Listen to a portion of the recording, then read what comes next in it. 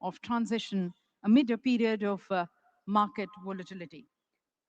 Critical moment as it stands for our global markets, for geopolitics, for the climate change which we are experiencing. That is where India, ladies and gentlemen, stands determined towards its growth, but then a sustainable growth, a sustainable development, taking care of the environment.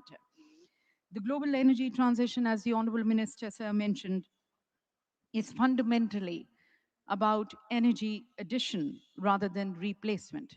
And that's where India, ladies and gentlemen, is tapping on all the major sources of energy, optimizing on all the sources of energy: oil, gas, biofuels, hydrogen, LNG, CBG, and thus, as the Honorable Minister said, emphasizing a more balanced, sustained investment across all the energy forms. The Honorable Minister Sir also mentioned that by 2050, India's share of the global energy demand is projected to rise by nearly 20 to 35%, reaching around 10% of the total global demand. Yet, with the per capita energy consumption still at 40% of the global average, India's growth journey remains both necessary and responsible. In the inaugural session, we also had the keynote address of Dr. Sultan Ahmed Al Jaber, the Honorable Minister of Industry and Advanced Technology, who's also the Managing Director and CEO of ADNOC. He mentioned about the global energy demand entering a phase of large-scale transformation, which is driven by emerging markets and diverse energy systems. He mentioned that the greatest risk which is facing the global energy system today is under investment, and that was something which was voiced in the later sessions also. And he called for a more balanced investment in building trust. He mentioned that trust for them is fundamental. He spoke about ensuring energy security, affordability, and sustainability. As an energy leader, he also shared with us the various initiatives which ADNOC is taking, leveraging on energy, leveraging on technology, moving towards becoming a more future-ready energy major. Seeking international cooperation, we had the voices expressed by the Energy Minister of Canada, Mr. Tim Hodgson. He mentioned that the era of energy shaped by the hegemony of the powerful is giving way to one defined by partnerships and balance. He recognized India as a critical market for expanding bilateral energy trade. We also had the Secretary General of International Energy Forum joining in the conversation, which was moderated by the opinion columnist Bloomberg. And the Secretary General also mentioned that he sees a lot of potential in India. He also mentioned that oil is not going anywhere. Oil is going to be continuously going to be playing an important role in the energy basket. But yes, as we move towards building a more sustainable future, we need to consider the other greener sources of energy.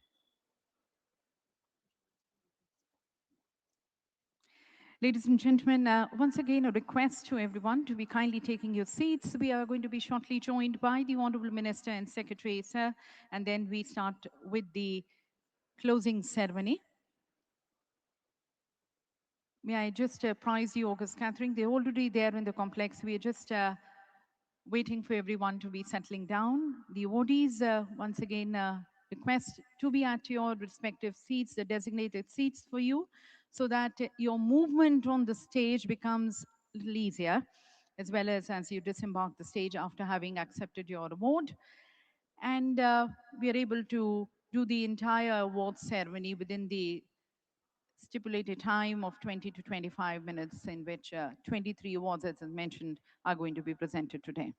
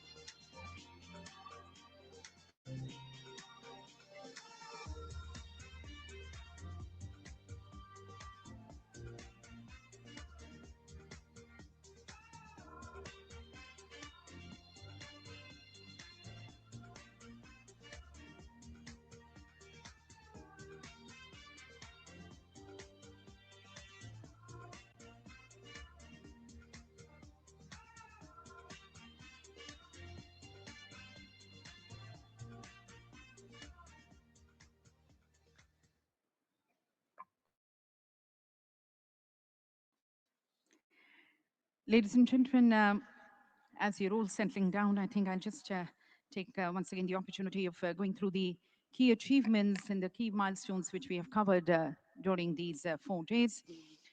In these 4 days, we've had the joint statement between the Ministry of Petroleum and Natural Gas, India, and the Ministry of Energy and Natural Resources of Canada. This joint statement reaffirmed India-Canada commitment to strengthening energy security through a diversified and reliable supply chain. Both sides agreed to expand the bilateral energy trade, with Canada supplying crude, LNG, and LPG, and India exporting refined petroleum products. As our Honorable Minister also mentioned, India is aiming towards becoming Atmanirbhar, self-reliant, and not only catering to its own demand, which is increasing because India, ladies and gentlemen, is moving ahead towards becoming a developed nation by 2047, a Viksit Bharat. For that, the demand of energy increasing, India is aiming at catering to its, not only towards catering to its own demand, but also the demand of the world. This partnership, which we had with Canada, also focuses on clean energy collaboration, including hydrogen, biofuels, carbon capture, critical minerals. The India Canada Ministerial Energy Dialogue was also relaunched to drive long term cooperation investments and technology partnerships. We had the hydrogen zone, which was inaugurated by our Honorable Minister. That was just after we closed the inaugural ceremony here. And hosted by Oil India, the hydrogen zone showcased cutting edge hydrogen technologies and solutions which are shaping India's low carbon future. There was a leadership panel that pegged natural gas as instrumental in reducing emissions. And further, for affordability, infrastructure and energy additions was mentioned are central to the pragmatic global transition.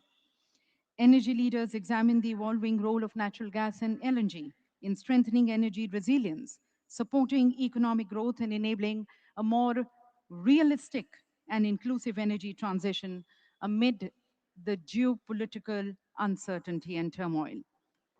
We also had a session with OPEC, and OPEC projected India as the largest driver of global energy demand growth.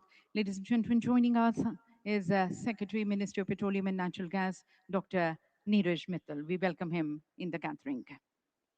OPEC, ladies and gentlemen, also mentioned that India's energy demand is expected to double almost by 2050, as the oil and gas is expected to remain central to the global energy mix. So oil is not going anywhere. It continues to dominate our energy basket. The OPEC outlook underscored the need for sustained investments to meet the rising demand and offset natural decline rates. Globally, cumulative oil-related investments requirements at around 18.2 trillion USD between 25 and 2050. Nearly 15 trillion USD in upstream investment. The third day, yesterday, it saw and highlighted data, technology, and balanced pathways for energy security, bioenergy scale-up, integrated data, clean manufacturing, hydrogen momentum, and pragmatic coal transition shape India's Viksit Bharat 2047 vision. The third day, ladies and gentlemen, as it concluded, it reaffirmed that India's energy transition is going to be defined not by a single pathway, but by a coordinated approach that balances the growth and sustainability, innovation with reliability, and ambition with realism. And in these 4 days, ladies and gentlemen, Prime Minister Modi also met 27 global CEOs, 27 global CEOs along with the Honorable Minister, sir, and the Secretary, sir. They flew down to New Delhi and there was a meeting with the Honorable Prime Minister, sir. Global CEOs see almost 100 billion USD hydrocarbon opportunity in India, one what was expressed by our Honorable Prime Minister, and they stand confident to be implementing and articulating it on ground. 500 billion USD opportunity across industries. That is what the global CEOs expressed. India also looking for geothermal energy in a big way. The two-day CBG, the compressed biogas deliberations all took place, and wherein India is aiming towards developing the CBG ecosystem, especially as it is aiming towards scaling up the CBG blending obligation, which is presently at 1%, scaling it to 5% by the financial year 28-29. And towards that, India working on building the ecosystem. And we had a two-day discussion and deliberations towards it. That will be a major, major milestone, achieving the 5% target for India's clean energy transition and waste to value journey. India Netherlands Roundtable was also held on creating ecosystem for green waterways. There was a session also on critical minerals. And as was reflected, the critical minerals search for tomorrow products will not only empower both the developing and the developed countries, but also create job opportunities. So promising 3 days it has been, accomplishing 3 days with almost 75,000 professionals who joined us in these 4 days. 700 plus exhibitors, 550 plus speakers, national as well as international global experts joining, expressing their perspective in the strategic sessions and the technical conference which we had.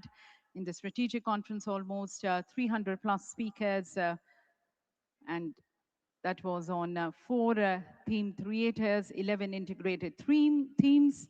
And then we had the technical sessions wherein almost 250 plus technical experts again shared their solutions, their technologies, their ideas.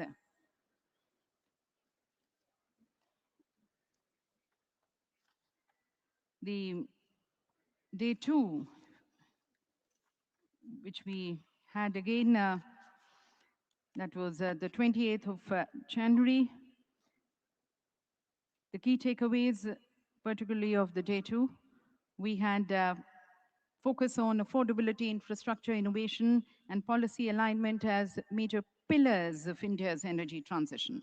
The leaders highlighted the importance of affordable LNG, expanding city gas networks, electrification, and grid resilience.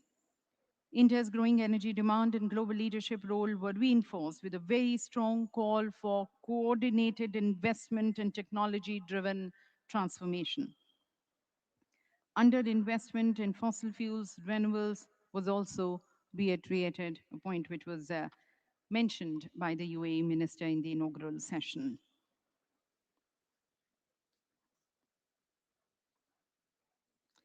Also, the Honorable Minister in the inaugural address touched on during the conversations about the future aviation fuel, the SAF, and we also, during the other sessions, the opportunities which are there towards SAF, the emerging aviation fuel, were discussed.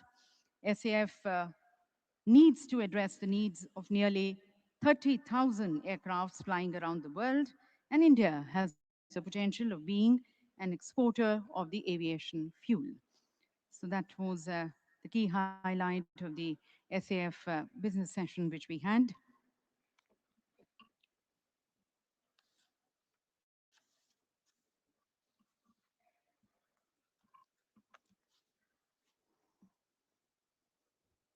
And shortly we begin with the closing ceremony. It's going to be a 1 hour closing ceremony in which we'll begin with the awards leading to the conversation with the Honorable Minister, sir, and Secretary, sir.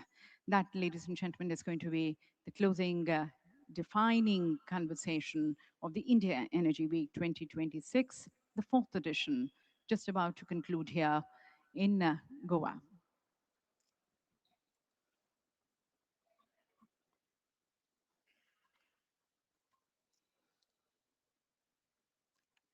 Just a humble request once again to all in the August gathering to please have your mobile phones on the silent mode, on the meeting mode, please.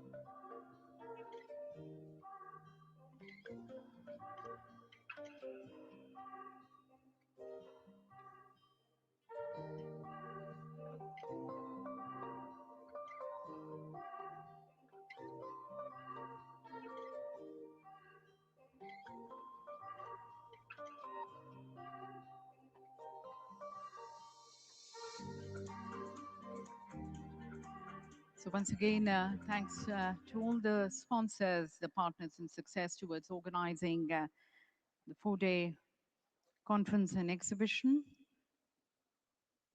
Thank you to everyone to be staying with us till the last leg of the conference.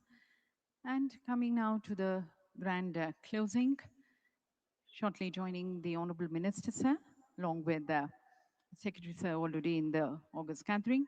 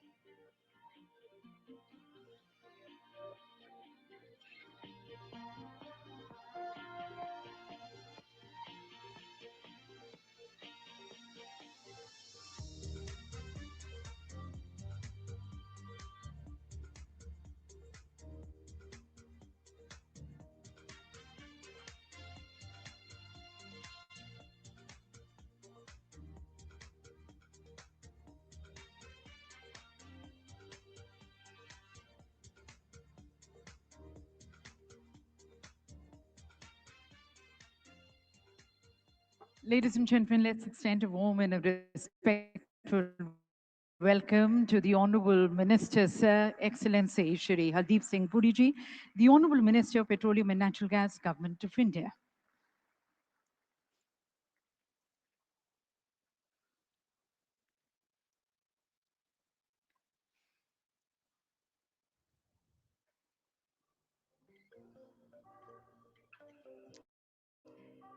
Please take your seats. Thank you. Namaskar to everyone. Excellencies, ladies and gentlemen, welcome to everyone to the closing ceremony of the India Energy Week 2026. And what a week, ladies and gentlemen, a remarkable week it has been. A week and an event that has certainly put the spotlight on India's rising role in the global energy arena, the rise of trust and confidence in India's potential, in India's leadership, in partnering with India, and then the expanding investment opportunities in the country. As Honorable Prime Minister Modi in the inaugural address had said, make in India, invest in India, scale in India, innovate in India. By organizing the India Energy Week 2026, ladies and gentlemen, India has not just hosted a global energy dialogue, but as many leaders and world leaders here on the stage had expressed, India has actually helped shape the direction of the changing world energy order, one that is anchored in collaboration, one that is anchored in mutual trust, and one that is giving way to greater collaborative and distributed future. So, ladies and gentlemen, as we come to the end of this landmark edition, it is only fitting that we begin by rewarding, recognizing, appreciating, honoring the ideas, the innovations, the initiatives, the collaborations, the partnerships coming from the innovators, from the challengers, from the industry, from the individuals, all who are cooperating, collaborating, not only in shaping India's energy future, but also India's expanding and rising energy leadership. And then, ladies and gentlemen, we close with a defining conversation with the Honorable Minister, sir, and Secretary, sir, wherein we look into the future, the policies, the programs, the initiatives, the collaborations, the technologies, the innovations, which are going to be driving a more secure, sustainable, and affordable energy future for our country, and in fact, for our countries, for the world. That's going to be the closing conversation with the Honorable Minister, sir, and Secretary, sir. But before we look into the future, let's first reward and recognize and appreciate and honor the present. So we begin with the awards, and I would like to invite our Honorable Minister, sir, along with the Secretary, sir, to kindly join us here on the dais. Please join me, ladies and gentlemen, as I invite Excellency Mr. Hardeep Singh Puriji, the Honorable Minister, Petroleum and Natural Gas, Government of India, along with the Secretary, Ministry of Petroleum and Natural Gas, Dr. Neeraj Mittal.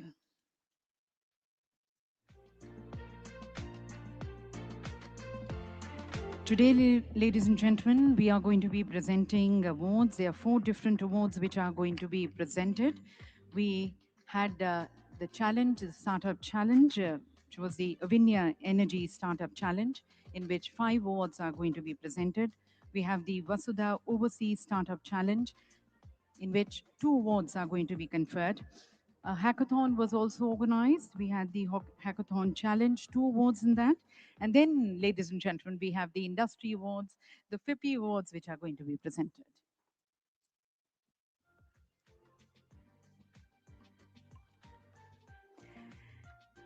Ladies and gentlemen, as we begin the awards, we first recognize the winning startups of Avinya, the Energy Startup Challenge. This was a challenge which was launched in the India Energy Week 2024 to identify and support high potential Indian startups in the energy sector. This year, ladies and gentlemen, we received an overwhelming response, 161 applications. We would also like to express our heartfelt thanks to the jury. If we can have, yes, on the screen, the jury on the screen. Jury headed by Mr. Sarthak Behuria, the chairman, GOBP, and former chairman, IOCL. The jury members, Mr. D.K. Saraf, the former chairman of PNGRB and the former CMD ONGC. Dr. R.K. Malhotra, former director R&D IOCL and the former DG FIPI. And Mr. Leton Nandi, the former executive director IOCL. They are there with us in this August gathering. Can we have a huge round of applause and thanking them for selecting the winners? They selected top 5 winners of Avinya 2026. And I would like to request our Honorable Minister, sir, to kindly do the honors of presenting the awards. And we take a bottoms-up approach. The 4th runner-up, ladies and gentlemen, of the Avinya 2026 is Petrobot Technologies. Petrobot Technologies are judged as a 4th runner-up, and they're being recognized for their innovative robotic inspection of hydrocarbon tanks and vessels. Joining us from Petrobot Technologies, representative receiving the award at the hands of the Honorable Minister, sir.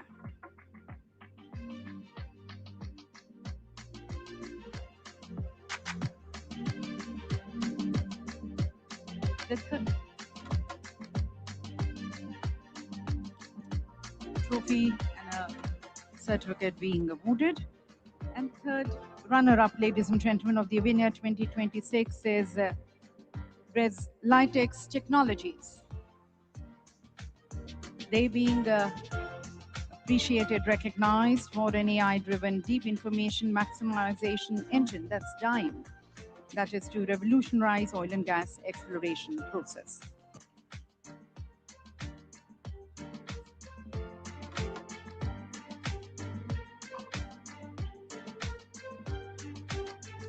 And the 2nd runner-up, ladies and gentlemen, for the Avinya 2026 challenge is Transmeo IT Solutions.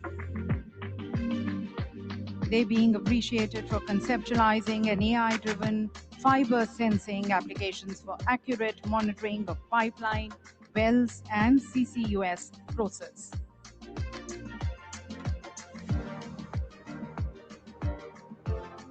And ladies and gentlemen, the 1st runner-up of Avinya 2026, Ossus Bio-Renewables. Appreciated for an innovative biochemical process that converts industrial wastewater into green hydrogen. These are the Avinia Challenge Awards being presented to the startups. And the winner, ladies and gentlemen, of the Avinia 2026 Startup Challenge is Minimize Clean Tech Solutions. Minimize Clean Tech Solutions, the winners, recognized for their proprietary HHM process that delivers low carbon recovery of high value materials from end-of-life lithium-ion batteries, with expansion underway into solar panels, catalytic converters, and permanent magnets to strengthen India's critical mineral supply chains.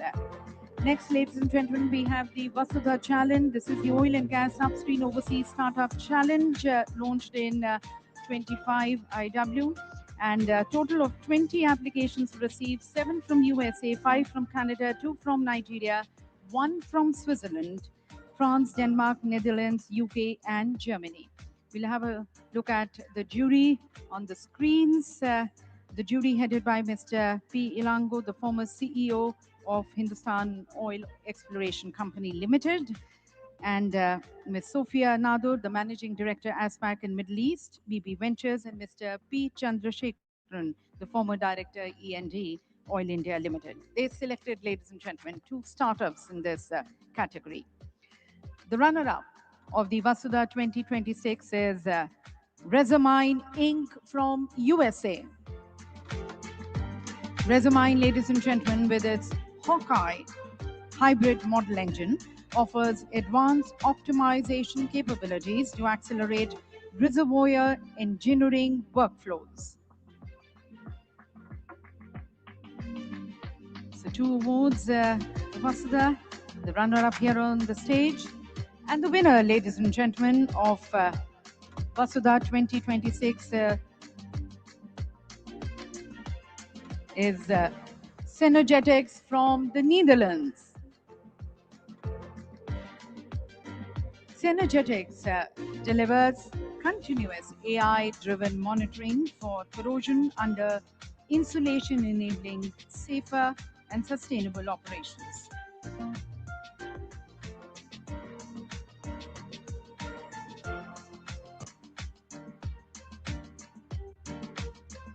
And now we move on to the Hackathon Challenge, in which, ladies and gentlemen, there were 7 premier institutes who participated: IIT Delhi, IIT Mumbai, IIT Guwahati, IIT Roorkee, IIT ISM Dhanbad, RGIPT Amethi, and IIP Visakhapatnam. We have the jury of Dr. R.K. Malhotra and Mr. R.K. Singh, 2 institutes selected. The runner-up, ladies and gentlemen, of the Hackathon Challenge, Team IIT Delhi. Team IIT Delhi, recognized for their innovative ideas in circular economy in the energy sector through biphasic solvent-based CO2 capture and mineralization using steel industry slag.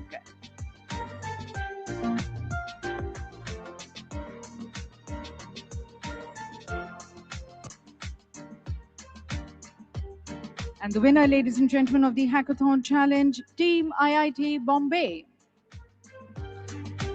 Recognized for bringing out Aura, that's AI-driven unified reservoir analysis, a semi-supervised CNN transformer framework that sees into the reservoir.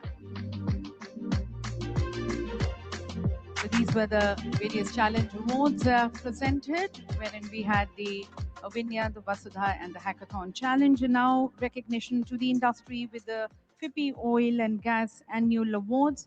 I would like to invite here on stage FIPPI Chairman, Mr. Arun Kumar Singh ji, along with the co-chairman, Mr. A.S. Sani ji, to please join us here on the dais as we present the FIPPI Award recognition in the oil and gas sector. These awards, ladies and gentlemen, have evolved to recognize feats in clean energy, sustainability, research, innovation, young talent, and many more. And joining us here now on the dais, along with the Honorable Minister and Secretary, sir, we have the Chairman FIPPI, Mr. Arun Kumar Singh ji, along with the co-chairman, Mr. A.S. Sani ji. The jury, ladies and gentlemen, Dr. Anil Kakodkar, Padma Vibhushan, former Chairman, Atomic Energy Commission of India, The jury members present with us in the August gathering, Mr. B. Ashok, the former chairman IOCL, Mr. M. K. Surana, former CMD HPCL, Dr. R. K. Malhotra, former director R&D IOCL, Professor Dr. S. Basu, IIT Delhi, FIPI Chair Professor, and Mr. Arnab Nandi, the Vice President Technology, BP India. The first category, ladies and gentlemen, is the Exploration Company of the Year. And the winner, ladies and gentlemen, undoubtedly, Oil and Natural Gas Corporation Limited, ONGC. We already have Mr. Arun Kumar Singh ji present here, the team joining, the exuberant team, as the award being presented to them, the Exploration Company of the Year, ladies and gentlemen, ONGC. The award recognizes the excellence in leading performance in reserve acquisition through efficient, safe, and sustainable exploration activities.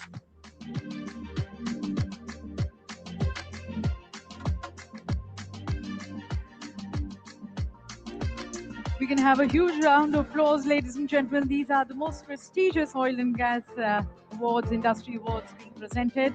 And ladies and gentlemen, the next category is Oil and Gas Production Company of the Year in more than 1 million ton oil equivalent category. And the winner is Oil India Limited. And we have the Chairman and Managing Director, Oil India Limited, Dr. Ranjit Rath, joining us along with his teammates. Many congratulations to Oil India Limited. The award, ladies and gentlemen, recognizes the excellence in oil and gas production among large producers through efficient, safe, sustainable, and cost-effective manners leveraging advanced recovery technologies. That's a proud team of Oil India Limited, headed by Dr. Ranjit Rath, receiving the award.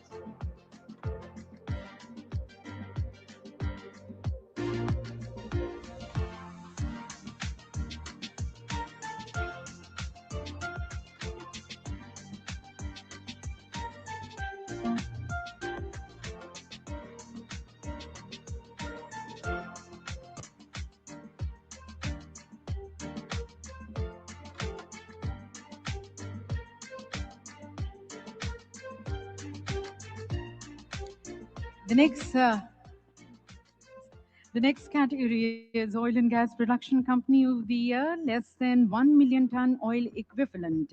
And the winner, ladies and gentlemen, is Sun Petrochemicals Private Limited. We have the team of Sun Petrochemicals Private Limited joining us, Shri Padan Singh ji joining us. Okay. So receiving the award, the representatives from Sun Petrochemicals Private Limited. The award recognizes the excellence in oil and gas production among emerging producers through efficient, safe, sustainable, and cost-effective manners. And now, ladies and gentlemen, the refinery of the year. The winner is Reliance Industries Limited, SEZ Refinery, Jamnagar. This award recognizes the excellence in refinery operations, achieving significantly higher performance in throughput, operational efficiency, energy conservation, and sustainability. Shri M.B. Kishore, the site president, SEZ Refinery, Nirav Prasania, senior vice president, SEZ Refinery, receiving the award.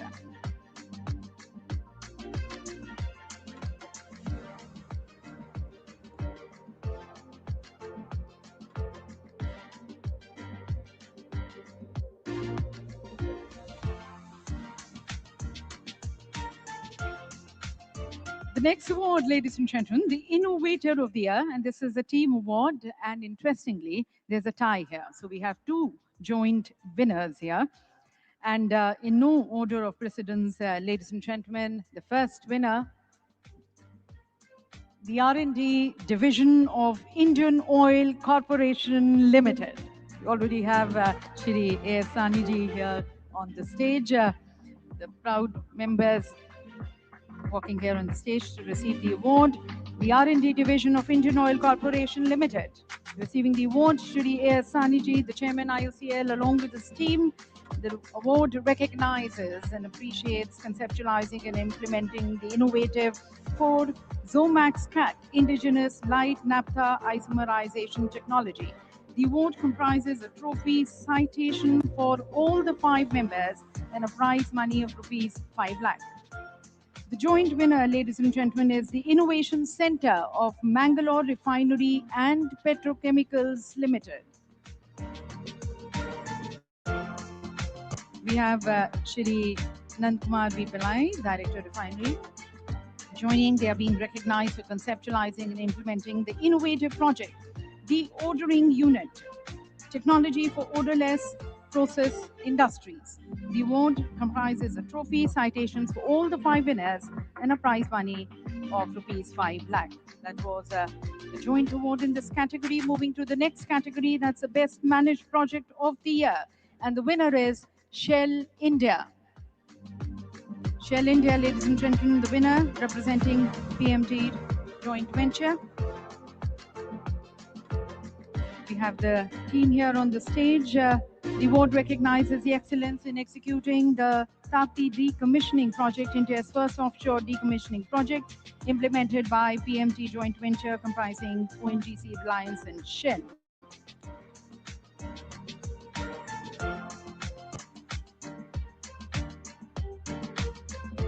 Moving to the next category, that's the City Gas Distribution Company of the Year. And the winner, ladies and gentlemen, is Indraprastha Gas Limited. Award recognizes the excellence and leading performance in expanding the pipeline network and achieving significant growth in CNG stations and overall sales.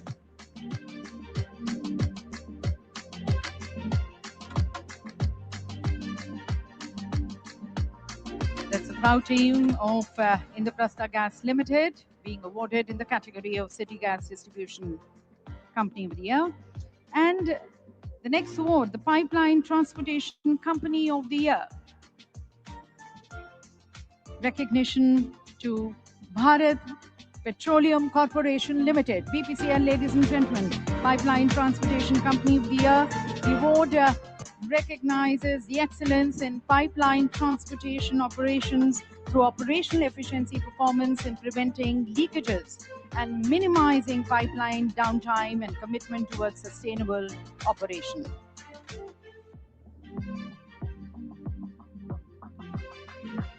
The next award, ladies and gentlemen, to the Oil Marketing Company of the Year. And the winner is Hindustan Petroleum Corporation Limited. We have Shri Vikas Kaushalji joining us, the Chairman and Managing Director. HPCL, the award recognizes the excellence in operational throughput, pioneering customer-centric digital initiatives, expanding lubricants market, promoting Pradhan Mantri Ujjwala Yojana, and advancing sustainable energy solutions. And now, ladies and gentlemen, we have the individual award, the Young Achiever of the Year, the female. The winner, ladies and gentlemen, is Miss Vanashri Mahatre from Pipeline Infrastructure Limited, the Young Achiever of the Year. Walking here on the stage, recognized for professionalism, grit, determination in pursuing a professional career with contribution in controlling UFG, that is unaccounted for gas, enabling alternative gas supply paths, avoiding flaring, and enlarging customer base. The award comprises a trophy, citation, a prize money of 50,000. And now the Young Achiever of the Year, male, the winner, Mr. Karthik R. from Mangalore Refinery and Petrochemicals Limited, recognized for his exceptional merit and contribution in spearheading the Innovation Center team of MRPL, which earned the Best Innovation Award from the Government of India for 3 years, and also for commercializing many new inventions leading to operational efficiency and substantial financial savings for the company. The award comprising trophy, citation, prize money of 50,000. Thank you to Mr. Arun Gupta ji. Thank you, Mr. Sani. And now, ladies and gentlemen, we have the release of an important publication. And as we release the publication at the hands of the Honorable Minister, sir, would like to invite here on the stage Mr. Praveen Mal Khanuja, the Additional Secretary, Ministry of Petroleum and Natural Gas, and Dr. D.K. Oja, DDG, Ministry of Petroleum and Natural Gas, to be pleased joining us as we have the release of the publication. This is Ministry's annual publication, India's Petroleum and Natural Gas Statistics, IPNG 2025. This is, though the second one, it is first of its kind in all the central ministries, and would like to request our Honorable Minister, sir, to kindly release the publication. This publication, ladies and gentlemen, is aimed at providing a comprehensive, integrated, and up-to-date statistical database of India's petroleum and natural gas sector, covering the complete hydrocarbon value chain. The report also incorporates data on taxes and duties with manpower statistics of the oil and gas CPSEs, supporting informed policy and sectoral analysis. There's also a dedicated section on global petroleum trends has been included in this, getting a global perspective also.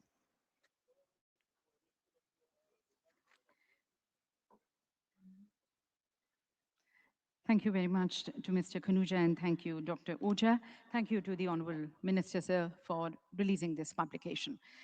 And now, ladies and gentlemen, we move to this closing and defining conversation with the Honorable Minister, sir, and the Secretary, sir, a silver thread that carries not only the spirit of IW 2026, but also defines the future.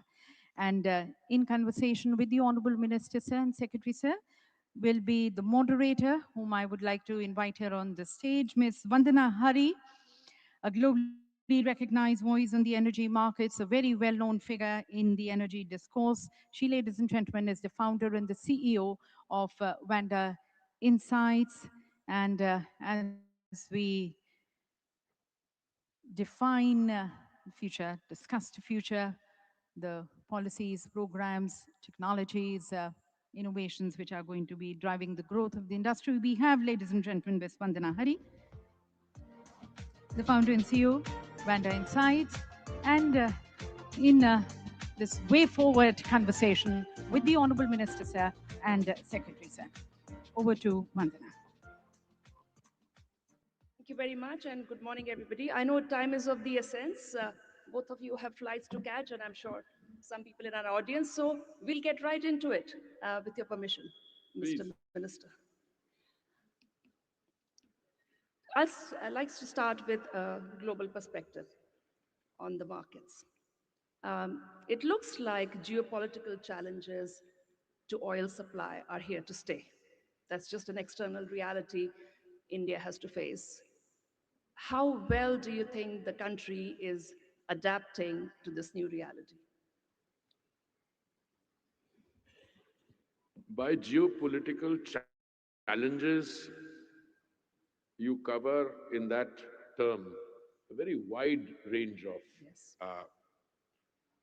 events that have taken place, those that are currently in play, and those that could take place. In the 5 years that I've been associated with this ministry, you have dealt with, or rather had to deal with, attacks by pirates off the coast of Somalia, attacks in the Red Sea, apprehension that the Strait of Hormuz uh, could face constraints, I'm using Yep. words carefully, that the Suez Canal, and a host of things.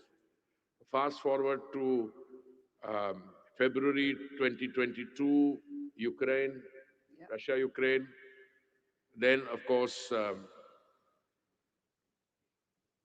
in geographic proximity in the Gulf, Iran. So I'm listing these to say that anyone who tries to suggest that there isn't geopolitical uncertainty, I don't use the word term, is living in a different world. But what has happened so far? How have we coped? Before I come to a direct answer on how we plan to navigate this, Sure. I think we've coped very well. Each challenge has been converted into an opportunity, both in terms of diversification of sources of supply. From 27, we are buying from more than 40 countries. A very fast transitioning on green fuels, 1.4% to 20% on ethanol, a big push on CBG, green hydrogen, etc. Going forward, I am assured, I don't want to use, you know,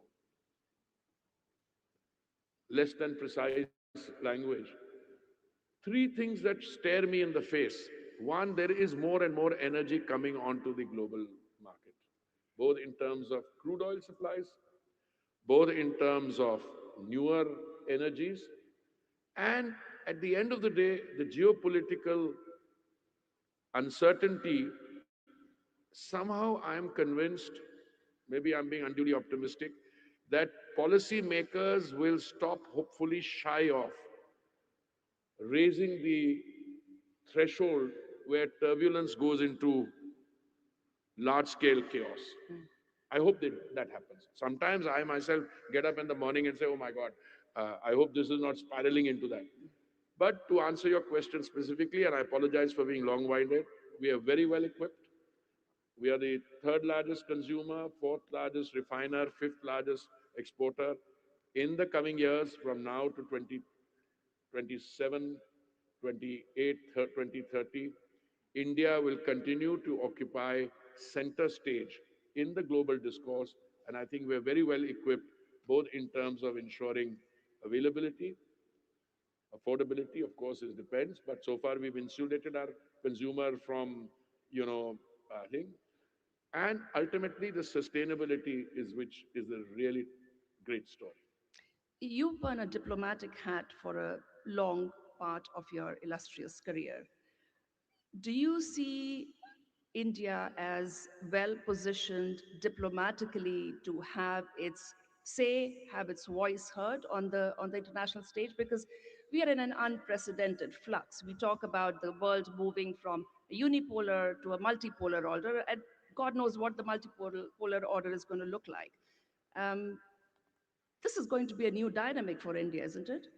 Well, I spent 39 years in the Foreign Service and 4 years international think tanking.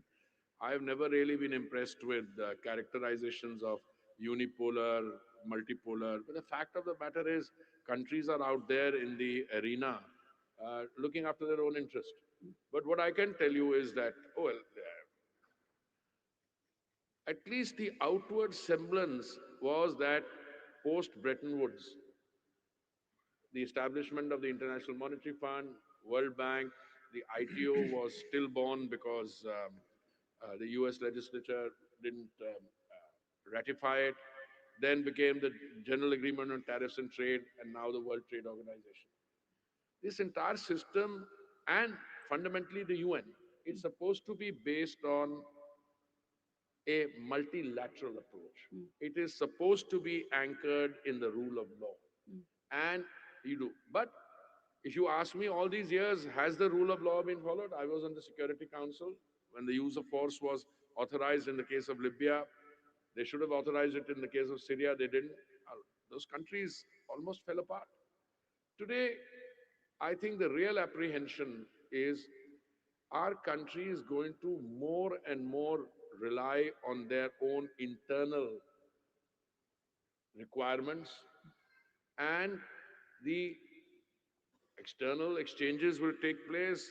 You will still have bilateral relations. Those are being completely reworked. Things that I didn't imagine could be possible 2 years ago are actually happening. But is the multilateral system anchored in the rule of law, the UN, is that coming to an end? That's an issue. I hope not. Because I believe, Vandanaji, and I say this with a degree of confidence, that the cynical theory that the multilateral system is only designed for the vulnerable and the middle powers, I don't agree. Even the dominant powers need the multilateral system because they need, and the history of the world can change very rapidly. You can spiral into a problem. I mean, Yeah. I was ambassador in Brazil when I'm talking about the 2008 economic crisis, 2007-8, and The UN, it seemed, didn't have an answer for it, but the world got together in the formation of the G20, because the G20 as a group used to meet at finance ministers level. They upgraded it to summit level. So the countries put together and put it. So if you say that one country alone will solve, don't even look for causation. The causation may be in the real estate sector somewhere, but the fact is the economic integration that countries are now in. A problem in one can easily lead to a problem in the other. And the other thing is also, I find countries are able to retaliate in quiet ways, which also are, not without consequences. Yeah. Um, Dr. Mittal, as Minister Puri alluded to, so India has something to manage in terms of the external markets and the dialogue externally, but also internally, focusing on growing its own energy sector. You are relatively new to your job, but you are not a stranger to the oil ministry, as we know. What are your priorities in as you settle into this role? Um, I think I'll, take a segue from the Honorable Minister's statement and the general position where India is positioned. If you look at our growth rates, we are growing at about 7.5, 8%. Projected growth is somewhere around upwards of 7%, twice that of the world average. Our energy requirements are going to grow. This coupled with good, future predictions of the oil and gas, hopefully not very high, but we have to fend for ourselves. And so I think there are two pillars where really I would classify, the priorities of the government, as have been, told to us by the Honorable Prime Minister repeatedly, and, seconded by the Honorable Minister. First is to strengthen our domestic E&P activities. Honorable Prime Minister announced Samudra Manthan. He has told us a number of wells to be drilled, which is, kind of uh, large, huge numbers, and we are, scrambling to, achieve those goals so that India can make large discoveries and become self-reliant. Second is on, being producers for the world. So we already have a large refining capacity. It's going to grow really much higher. Honorable PM announced a number. We are working towards that. We export a lot of products to the rest of the world. So making, India's position felt as a good supplier of, finished products. Along with that, we are also putting a lot of effort in integrating our refineries to produce good petrochemicals. So, to that's all value addition. We import a lot.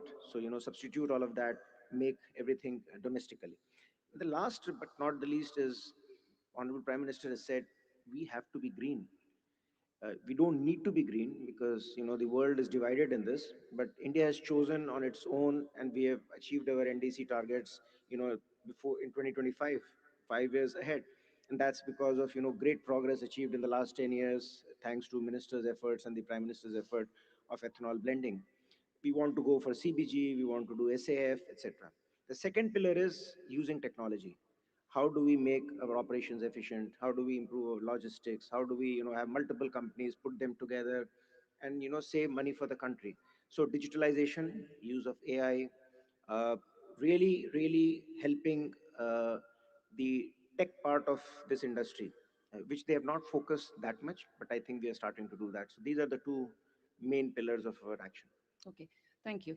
Um, One of the terms you mentioned is CBG, compressed biogas. Biogas. Some of the detractors of alternative energies say that, yes, but these are only making inroads at the margins, like fossil fuels are still here to stay. What's your view on that? And to what extent do you think India can scale up some of these alternative energies and homegrown energies? So I will just take a cue from our recent meeting with the Honorable Prime Minister, and we spent a lot of time on CBG, compressed by. So look at the attention which is there at the top leadership, that we have to be green. We, Honorable Prime Minister has said we convert farmers from annadata to urjadata, which means we convert waste into wealth. These are new technologies. They are stabilizing. We are actually spending public money on experimenting different tracks. If you look at the exhibition today, you will find so many companies of public sector doing green hydrogen in different ways. We are doing CBG using different biofuels, different biomasses. There is a policy intervention in place.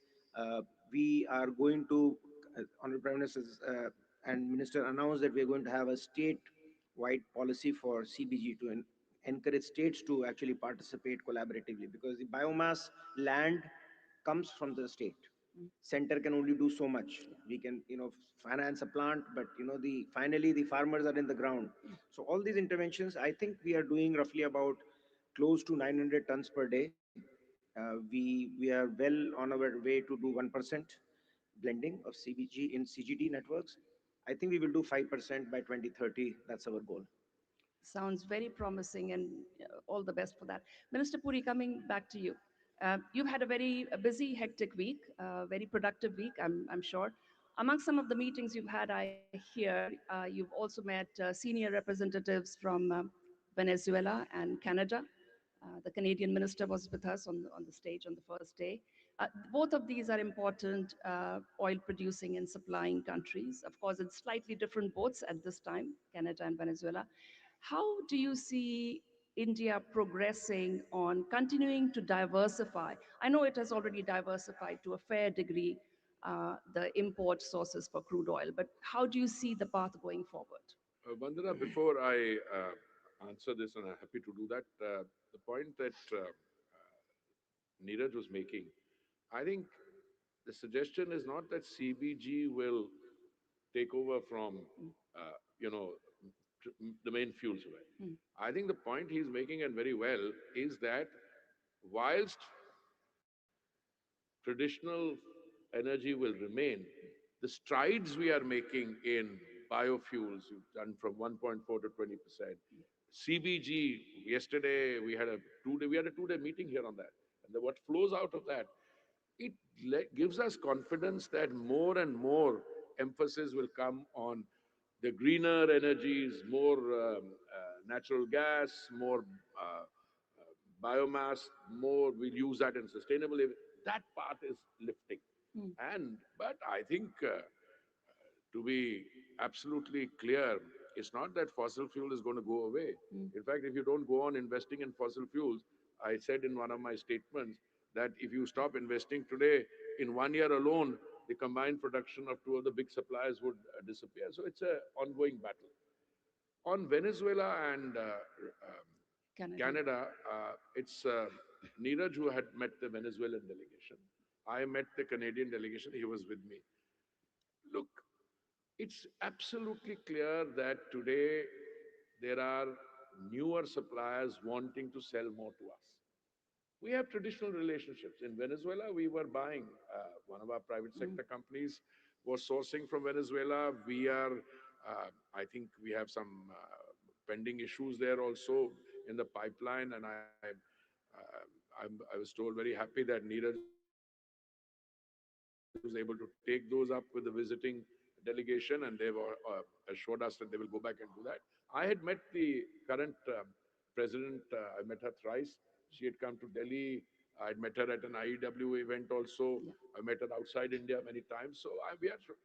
Look, at the end of the day, Venezuela's current production of 1 million barrels a day hopefully will only go up, which adds to the point I'm making that there is more and more oil coming in. Suriname, Guyana, Brazil, this thing. Canada is a slightly different case. It has huge reserves.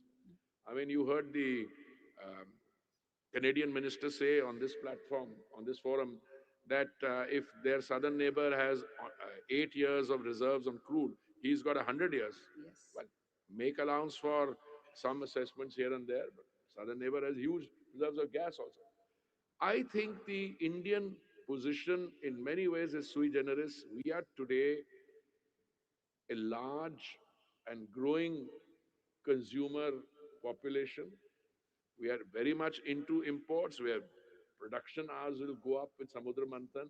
We are also large exporters, as Neeraj said, we are the fifth largest exporter, fourth largest refiner. Our refining capacity is going up. We will deal with whomever we have to deal with.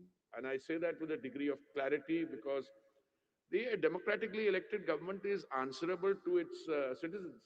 I mean, in a country of 1.4 billion, mercifully, there was no point last year or in the last few years, where there's been a shortage of supplies anywhere. When there were floods in the Northeast, my collaborators took the cylinders, gas cylinders on their shoulder and delivered them. Today, we have one of the lowest energy prices in the world. Global turmoil or uncertainty, as you said in the first question, that has never been passed on to the consumer. In fact, whilst LPG, which is clean cylinder gas available to a household, which is a beneficiary of the Ujwala scheme for as little as 5 rupees in a day, and to non-beneficiaries 13, 14 rupees a day, the company supplying it ran up bills of something like 30, 40,000 crores. I think 39,000 crores, if I'm not mistaken. Correct. And but they never allowed pass that on to the consumer. What happened as a result? We will compensate them. We've already announced in a phased compensation. You know, much that I admire the private sector, and I'm a great supporter of the private sector, this kind of activity by the state sector, by the OMCs, is in a class apart. I mean, how do you ensure that a large population of 1.4 billion, right, has not felt any turbulence in the domestic market? And, you know, our retail outlets, by the way, Vandana, have gone up beyond 100,000. And my OMCs tell me, and I'm going to say this publicly, they are looking for providing those which they run out of the 100,000 a more pleasurable consumer experience. They want to raise their revenues, non-fuel revenues, and I'm their minister, but I'm also very appreciative of what they are doing. Many of them are now looking at establishing arrangements where they also take part in trading arrangements. Okay, these are things in the works. They are also today diversifying. I mean, it's a global phenomena, but I see these companies doing it. ONGC is looking at small modular reactors. When you were talking about the Canadian, they want to sell more oil, more gas to us. We are buying some. IOCL has an investment there, and British Columbia, they're setting up 6 liquefaction plants where they'll be able to extract it to sell it outside or wherever. Overall, the structure of the companies is also broadening. Okay. By the way, this facility was built in 13 months. It was the product of of an exchange, of an idea that you got 250 acres. Why don't you build something here?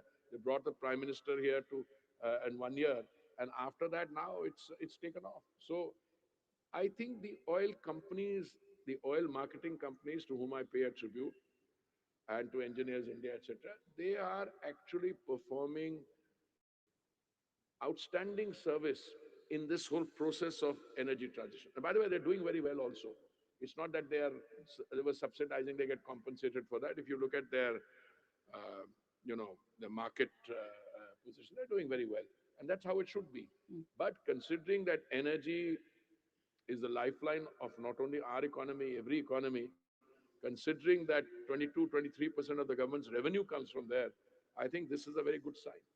Your point is very well taken, and I completely am on board with that. That India has insulated a very large consumption base from whatever turmoil has happened in the external markets. And indeed, as you say, the ecosystem of all of India's oil companies. And on that very, very optimistic and hopeful note, I would like to thank both of you Thank you. for answering my questions. And please join me in thanking both the gentlemen. Thank you. Thank you. Thank you. Wonderful.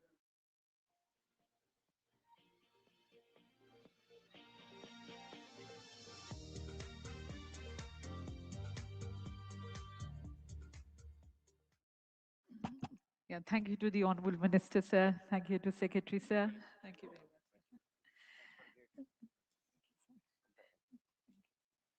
Thank you to Vandana for this conversation with the Honorable Minister, sir. And thank you all, ladies and gentlemen. With that, we draw curtains to the fourth edition of the India Energy Week 2026. The vision, the mission, the year ahead already spelled out by our Honorable Minister, sir. And with the determined and committed steps towards ensuring energy security for our nation, working and collaborating with the countries of the world, and shaping a more energy secure, affordable, accessible future for our nations. Thank you, ladies and gentlemen. Wishing you all very happy and safe journeys back home, happy landings to all the people who are going to be taking their flights today as well as tomorrow. And let's work together and together towards realizing the ambitions which have been spelled on this stage and taking them forward for our nations and for the planet Earth. Thank you, ladies and gentlemen. Jai Hind.